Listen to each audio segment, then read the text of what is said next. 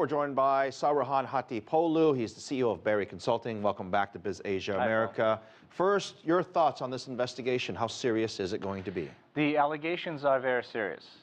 There's actually, the most recent news coming from Turkey is that the evidence is out there. It's very strong against the government.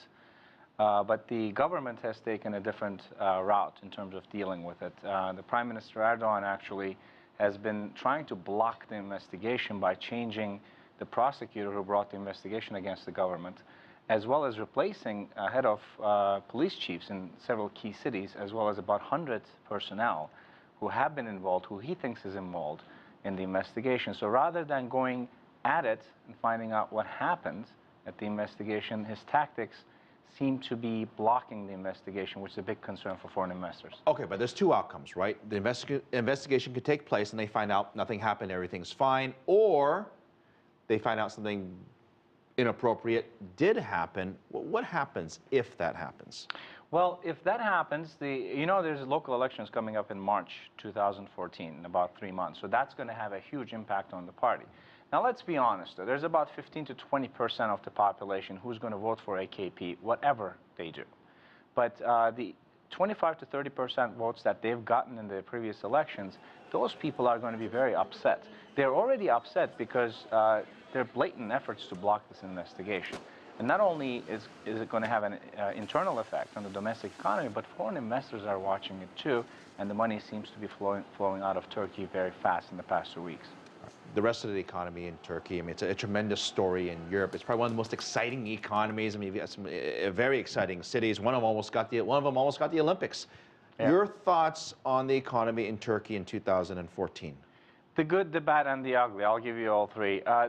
Some good things that the government has done in the past 10 years. There's sustained growth, economic growth. Fiscal deficit has been controlled. Turkey had rampant spending before. Public debt actually at Maastricht Treaty levels is doing much better than European countries. So those are the good news. But if you look at the current account deficit, it's huge, and it's financed, 78 to 80% of it is financed by short-term capital inflows. Foreign direct investment is low.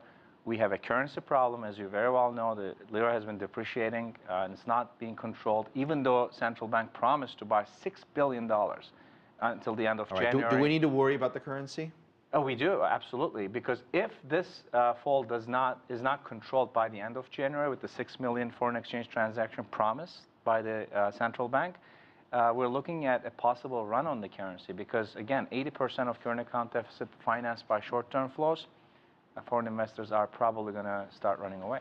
Now, the other thing that Turkey has is it's in a unique geographical location. It has some very interesting neighbors. Is that going to be a problem?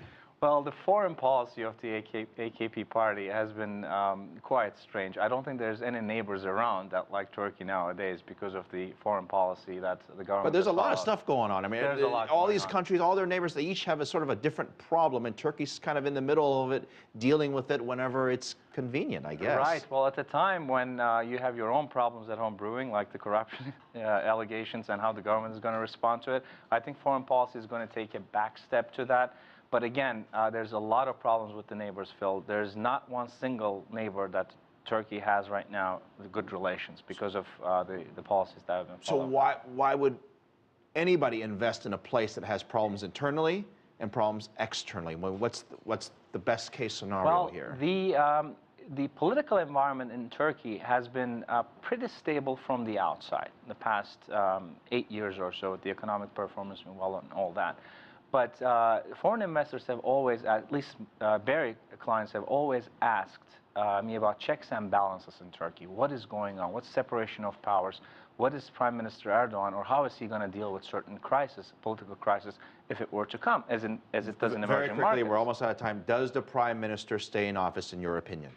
He will stay in office. The party might get hurt with the elections, but he will stay in office. He's doing everything to stay in office, including blocking the investigation. Saruhan, great to see you.